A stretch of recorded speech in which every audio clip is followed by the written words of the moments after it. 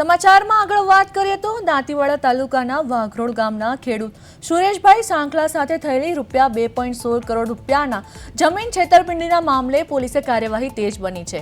આ કેસમાં આંત્રોલી ગામના જમીન માલિકો અને દલાલો સહિત કુલ 7 આરોપીઓ સામે દાંતીવાડા પોલીસ મથકે ફરિયાદ નોંધાવવામાં આવી છે।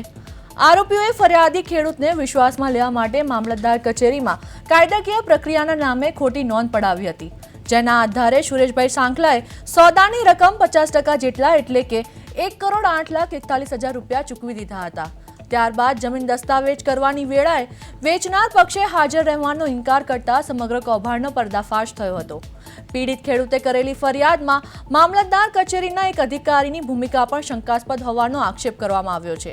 હાલમાં દાંતીવાડા પોલીસે આ મામલે કલ્પેશ કક્કલભાઈ ગોટાતરની ધરપકડ કરી છે અને તેને જેલ હવાલે કર્યો છે, જ્યારે અન્ય 6 આરોપીઓ જબાબેન ગોટાતર, રાહુલ ગોટાતર, ઈશ્વરભાઈ રબારી, બાબુભાઈ રબારી, મહાદેવભાઈ રબારી અને અન્ય એક ઇસમ હજુ પણ ફરાર છે।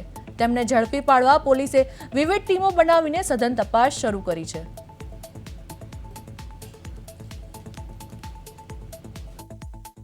મારી જોડે આવેલા અમારા ગામના વ્યક્તિ ઈશ્વરભાઈ જીવાભાઈ, હાલ એમની સાથે 2 વ્યક્તિ હતા, બાબુભાઈ દેવકણભાઈ નોગસ અને મહાદેવભાઈ કરીને હતા।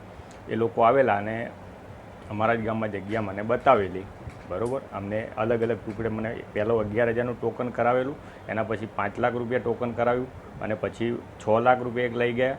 એના પછી જંત્રી મુજબના 6,30,000 રૂપિયા અમને એકાઉન્ટમાં નાખેલા અને 91 લાખ રૂપિયા આપણે કોલ્ડ સ્ટોરેજ વાઉચરમાં હિસાબમાં સીસીટીવી ફૂટેજમાં આપેલા ટોટલ પેમેન્ટ, અને રેકર્ડ ઉપર 1,08,41,000 રૂપિયા મારી જોડેથી એ લઈ ગયેલા। એ જમીન તેમને 1,08,00,000ના કિંમતમાં એમને ખરીદી હતી, જેમાં આજે આ ફરિયાદીઓને પોતે જે સામેવાળા જે આરોપીઓ છે એમને યોજનાપૂર્વક અને છળકપટપૂર્વક તેમને આ જમીન વેચવાના બહાને એમની પાકી નોંધો થવાની શરતે એ રીતે એમને જે રૂપિયા કરાયા હતા ને, ત્યારબાદ જેમાં જ્યારે નોંધો કરવાની જ્યારે પ્રક્રિયા ચાલુ થઈ ત્યારે તેમાં વાંધા અરજીઓ કરીને અને પ્રથમ જે એમને મતલબ જે છળકપટથી જે એમને નોંધો જે કરવાની હતી એમાં ન કરાવીને અને તેમને સાથે છેતરપિંડી કરી હતી।